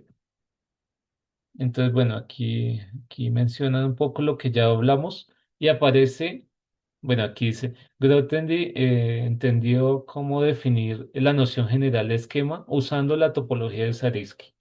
Sí, lo que traté de decir antes es lo que se llama la topología de Zariski, ¿no? Sí. Entonces, parece ser que la noción de espacio de Grothendieck está asociado a lo que se llama un esquema, ¿sí? O sea, Grothendieck que no le gustaba la topología de Zariski, ¿sí? La topología de Zariski tiene problemas, ¿sí? Con varias cosas. Entonces parece ser que, o sea, él construye la idea de esquema a partir de, bueno, de la idea de topología de Zariski, ¿sí? Dice acá, entendió que bueno, el espacio de Grothendieck asociado con una variedad algebraica no es el conjunto de sus propios puntos, pero el conjunto, eh, pero el conjunto, sí, pero el conjunto de sus variedades irreducibles. Sí, hay que entender un poco esta parte, ¿sí? O sea, ya no vamos a pensar el espacio como puntos, ¿cierto? Sí, es lo que dice ahí. Lo vamos a entender como el conjunto de sus variedades irreducibles. ¿Sí? Ese va a ser el espacio. ¿Sí? Entonces, eh, ¿qué es lo que pasa? Un esquema, ¿qué es? Un esquema es un pegamiento de sus variedades irreducibles. ¿Sí? O sea, uno puede tomar una variedad, o bueno, tomar un espacio y escribirlo como unión de cosas irreducibles, ¿no? ¿Sí? ¿Cierto? O un esquema que lo que podemos hacer, verlo localmente como, sí, un esquema como una variedad, ¿cierto? Que en ese caso va a ser un esquema afín, ¿no? Lo que se llama un esquema afín. ¿Qué más está aquí? Bueno, aquí voy a mencionar otras cosas. No sé si ustedes, yo todavía tengo un problema con esta palabra. Según lo que he entendido, o sea, sí, el término espectro, ¿a qué se refiere? Aparece en muchos contextos, ¿sí? Parece ser que el espectro tiene que ver con la idea de espacio también. O sea, ahí está el espectro de un anillo, ¿sí? Eh, Pero también el espectro de una transformación lineal, ¿sí? ¿Sí? Y parecen dos conceptos distintos, ¿sí me entienden? O sea, es la misma palabra, pero en dos contextos, ¿no? O hay más contextos. Bueno, aquí, bueno, están hablando del espectro de unos operadores, ¿sí? Autor juntos, algo así, ¿sí? Entonces, a mí me parece importante entender la idea de qué es el espectro. O sea, no en casos particulares, sino el término espectro. Cuando yo pienso en espectro, ¿qué quiero decir? ¿Sí? Yo pensaría que es como el conjunto de indivisibles, o sea, de cosas que no se pueden reducir más, ¿sí? Pero tal vez no, ¿sí? Tal vez en el caso de, si ustedes recuerdan, ¿qué es el espectro de un operador o esto? Sí, uno puede pensar en esto de valores propios y vectores propios y todo esto, ¿no? Ahí también hay un lenguaje del espectro, ¿cierto? Entonces, no sé, bueno, aquí adelante está la idea importante, ¿no? O sea, ¿qué es lo que falta en todo esto? ¿Qué es lo que estamos hablando hoy? La idea de la teoría de categorías. ¿Por qué es importante la teoría de categorías? ¿Sí? Entonces, eh, recuerden cuando teníamos un punto y lo asociamos con un filtro, ¿sí? Tenemos un punto y lo asociamos con un filtro. Ese filtro está representando al punto, ¿sí? Es como, Pues, también podemos pensar en lo que les mencionaba, las vecindades del punto, ¿sí? Entonces aquí aparecen esas dos nociones, puntos y representaciones, ¿vale? Entonces, dice, si todos los puntos son intrínsecamente indistinguibles uno del otro, ¿cierto? Entonces dice que ellos solo pueden diferir entonces solo en posición. En otras palabras, existe como un punto arquetípico, ¿cierto? De los cuales otros puntos son representaciones. Entonces suena raro, ¿no? Tiene que ver un poco con lo que hablamos con Ismael antes de la grabación. No sé, todavía me inquieta esa idea de punto, ¿sí? De punto, ¿sí? Y de como morfismos entre puntos y cosas de eso, ¿no? ¿Sí? Entonces dice acá que bueno, en el lenguaje matemático, ¿cierto? Eh, uno tiene un singleton, un punto, ¿no? Dice, para cada punto A del espacio existe un único mapa, o sea, como un objeto final de la categoría, ¿sí? En- perdón, sí, dice, del espacio uno o sea, el espacio uno es el punto ese fijo. eh, Parece como una especie de objeto final o inicial. Bueno, aquí lo menciona, creo que dice, bueno, está hablando de las categorías. Miremos un poco más abajo. Entonces, recuerden que estamos tratando ahora en este caso es entender qué relación tienen las categorías con la idea de espacio. ¿Sí?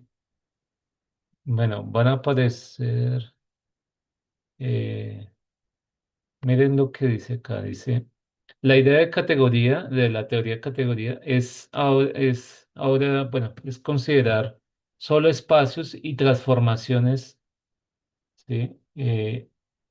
O sea, no vamos a pensar en puntos, sino en espacios o, bueno, objetos, ¿cierto? Y transformaciones entre esos objetos. Eh, Sin embargo, dice, sin embargo, en muchas categorías, bueno, en la mayoría de categorías dice que hay un objeto, uno, eh, ¿sí? No sé, bueno, en este caso podemos pensarlo como el objeto final o inicial, ¿cierto? Dice aquí,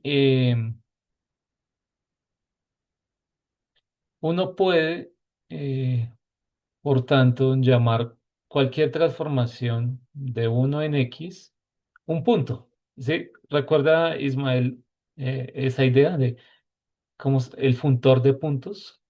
¿Te acuerdas de la noción del funtor de puntos? O sea, que ya nos olvidamos de los puntos, pero en realidad no es que nos olvidemos, sino que los estamos etiquetando con transformaciones. O sea, ¿qué es un punto? Va a ser un morfismo, ¿sí? O sea, en el lenguaje de esquemas teníamos un punto, tenemos un campo, ¿no? Asociando a un campo, ¿sí? Pero podemos cambiar el campo y tenemos otro y así, ¿no? ¿Sí? Pero creo que habíamos hablado algo del funtor de puntos. Eh, a ver, qué más podemos hablar de esto? Entonces, bueno, hay más cosas aquí, pero quisiera terminar con algo. Eh, ujú. Miren, bueno, esto tal vez no, o sea, ya me salté varias cosas, pero quisiera que leyéramos esta parte que dice ahí. Dice, bueno, o sea, hay unos funtores adjuntos ahí.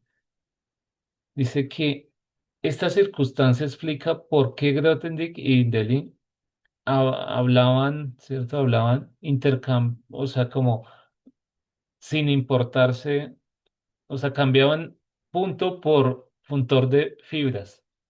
¿Sí? ¿Te acuerdas esa idea de funtor de fibras, Isma, que teníamos?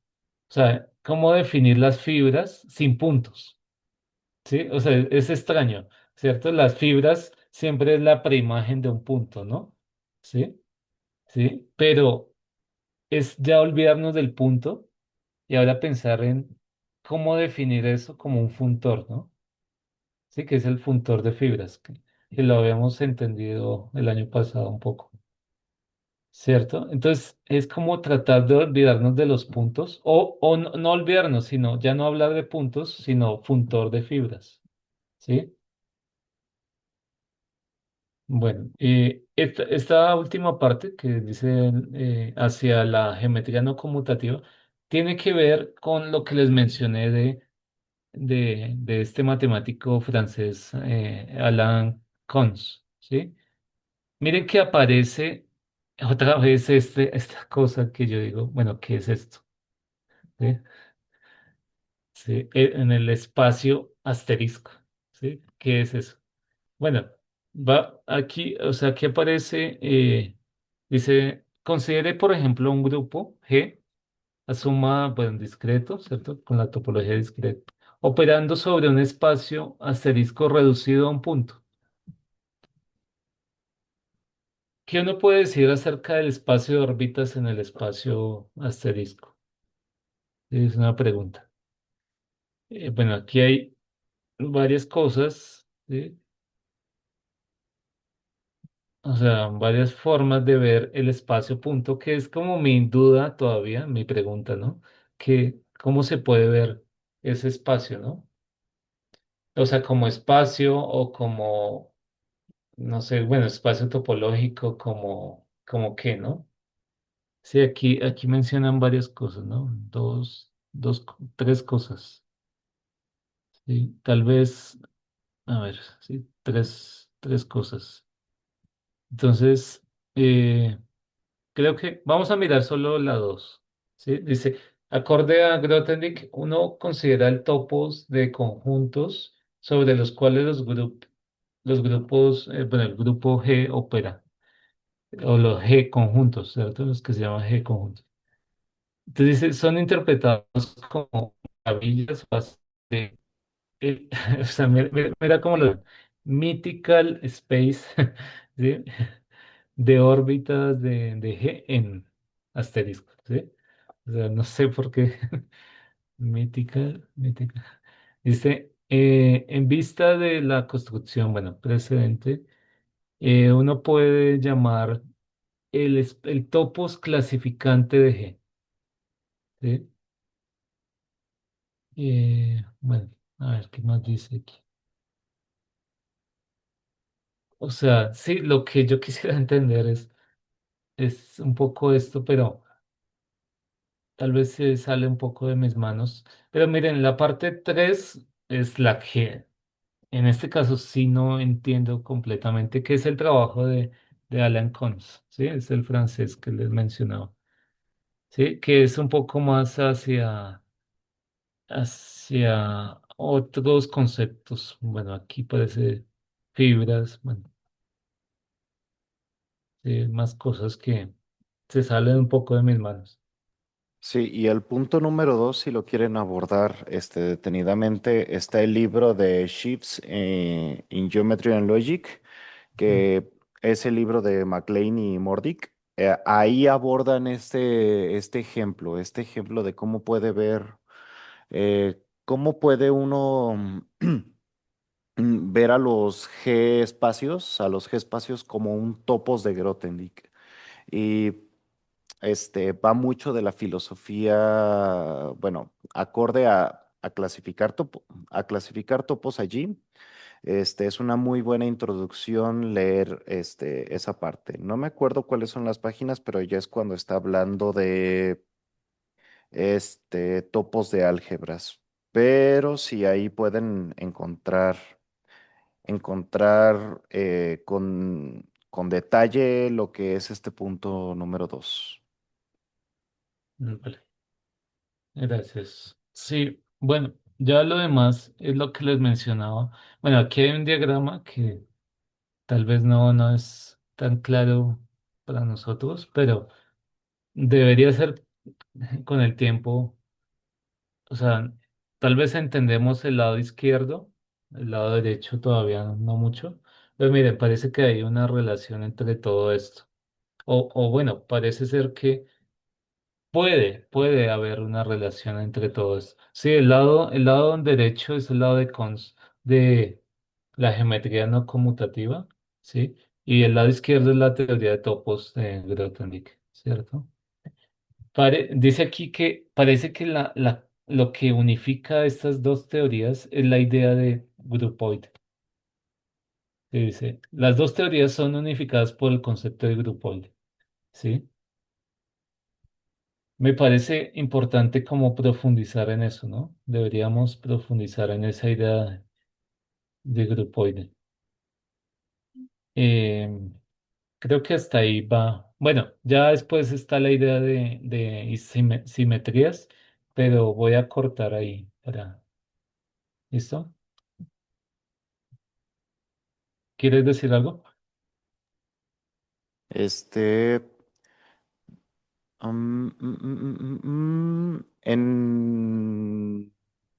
ok, para ubicarnos, estas son las ideas de Grothendieck, pero llevadas a cabo por Cons y, ¿cómo se llama? Concebir. Concebir. Concevich. Ok, ok, ok. Vale, vale, vale.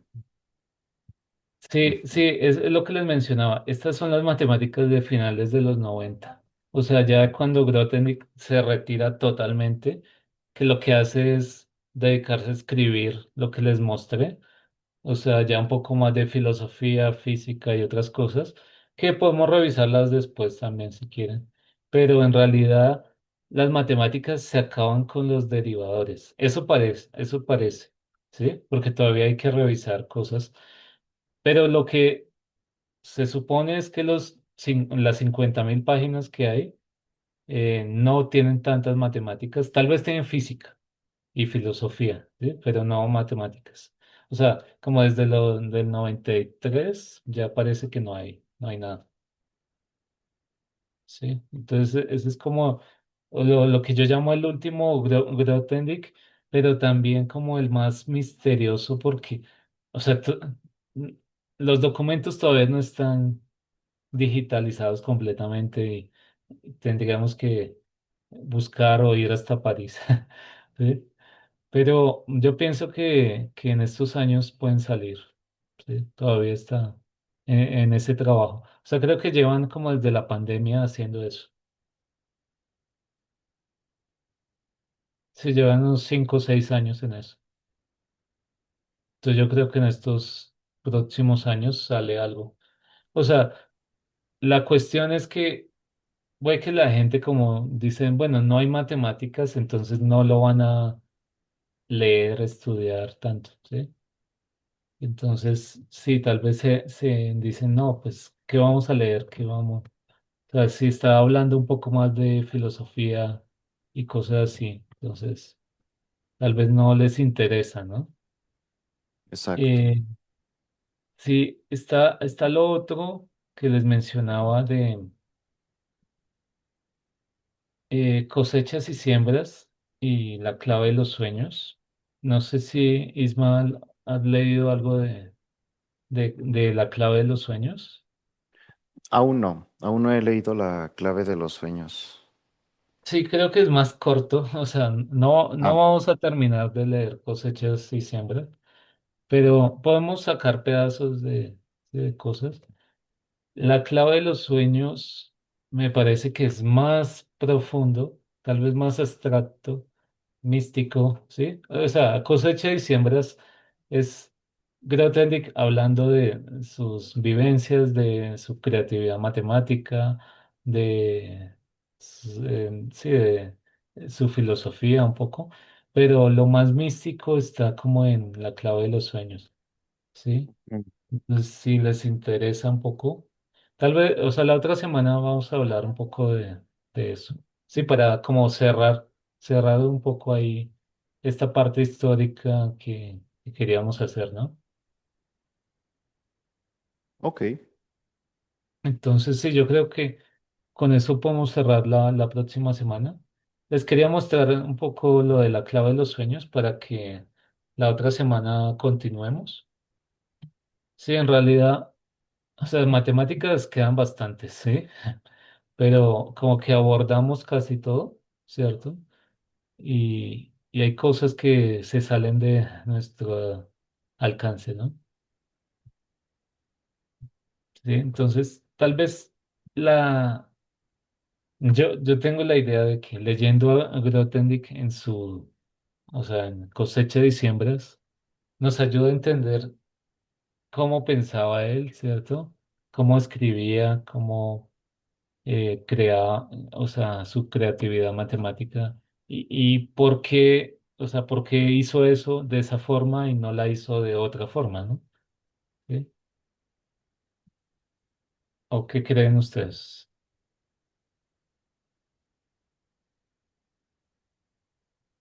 Pues siento que todo salió de una forma natural, pero natural pensando en pensando en morfismos y propiedades que se tenían, porque desde hace tiempo, no lo decía la comunidad, pero lo intuía que el secreto estaba en pensar en propiedades universales poder determinar propiedades, pero, o determinar morfismos, Mm. pero como que eso se tenía implícito y lo que fue capaz Grothendieck fue abstraer todo eso y tomar, tomar todas estas propiedades y llevarlas a cabo en en un contexto donde no haya obstrucciones de ningún otro tipo. La única obstrucción que necesito son la de las propiedades universales, porque eso es tener la esencia de la teoría. Sí, sí, yo creo que, o sea, tal vez es algo de mi opinión, pero o sea, estos matemáticos, o sea, justamente es otro alemán, digamos, alemán como Grothendieck, que sí nació en Alemania. Eh, Peter Scholze tiene una idea o sea, tiene un matiz similar a Grothendieck. Se está trabajando en cosas, sí, o sea, él se ha interesado en los temas de Grothendieck y está trabajando en varias cosas, ¿no? Sí, en realidad es geómetra algebraico, también trabaja en teoría de números y en otras cosas, pero parece que quiere hacer una especie de programa creo que él está en la Universidad de Bonn, en Alemania, pero está haciendo algo similar, o sea, está empezando a hacer algo similar a lo de Grothendieck. O sea, con esto de las matemáticas condensadas y todo esto, ¿sí? Mm. O sea, utilizando ideas de Grothendieck como los topos y los sitios y todo esto, eh, definió también, está definiendo, redefiniendo. Yo pienso, oye, yo lo volví a leer, estuve leyendo estos días con mis amigos. Define lo etal, pero define como una versión débil de lo etal, ¿sí? Y entonces, o sea, parece ser que se está tratando de redefinir para como construir a partir de eso algo. ¿Sí? Entonces Exacto. sería bueno como seguir la pista de eso.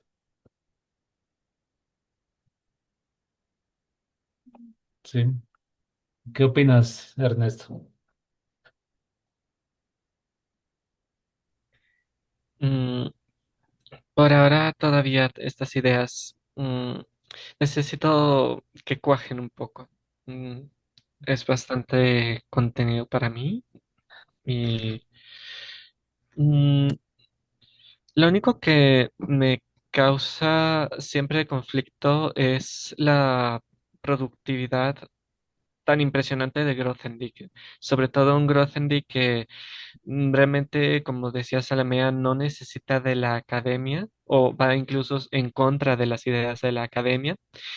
De ahí de vivencias de Grothendieck me interesaría más que nada el tema de cómo fue su relación con, me parece que era Delin, uno de sus estudiantes, eh, y con quien tuvo un conflicto muy fuerte.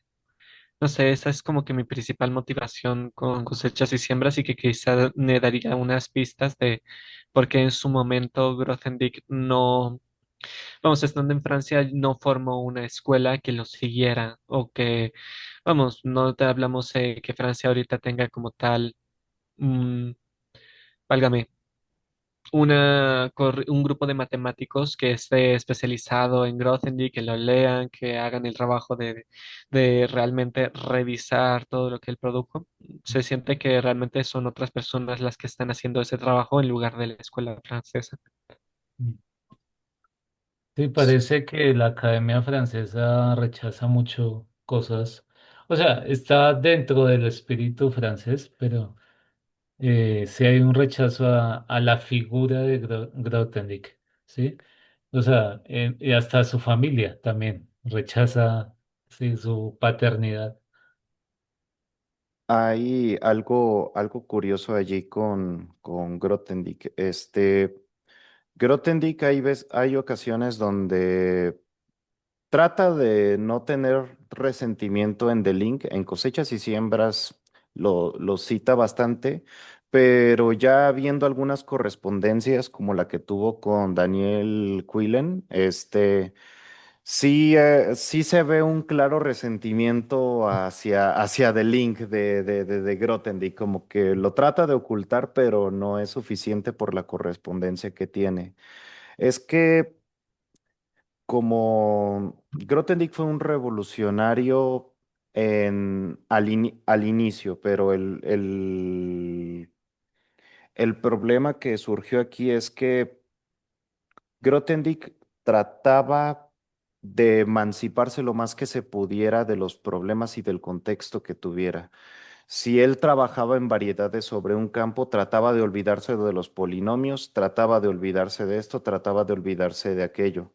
Y siempre era con un objetivo en mente. El objetivo era resolver este problema, el objetivo era esto, esto, esto, pero pasó lo que tenía que pasar. Cuando más y más y más te emancipas, el problema es que a varias personas de la comunidad les interesaban en esos tiempos le interesaban las conjeturas de Bale. Entonces, cuando la teoría que tenía pensado Grothendieck para poder resolver las conjeturas de Bale y las conjeturas estándar también era la teoría de motivos, ahí es cuando se empezó a desmotivar la comunidad, porque era una teoría tan abstracta y si uno si uno se pone a ver cómo hablaba Grothendieck en esos días, Grothendieck tenía las ideas, mas no tenía definiciones formales. Tenía, por ejemplo, en Pursuing Stacks, en la correspondencia con Quillen, él tenía la idea de grupoide fundamental o de un infinito grupoide, pero no lo tenía tan claro. Solamente él decía, tiene que ser una estructura que tiene que cumplir esto, esto, esto, esto, pero no podía dar una axiomática precisa. Entonces, cuando ya sus trabajos o su forma de hablar se vuelve tan abstracta, empieza a perder popularidad porque ya no pueden seguirlo, ya parece que está diciendo más disparates que otra cosa. Aunque realmente sí tiene sentido lo que Grothendieck dice, pero solamente un grupo selecto de personas podían entenderlo.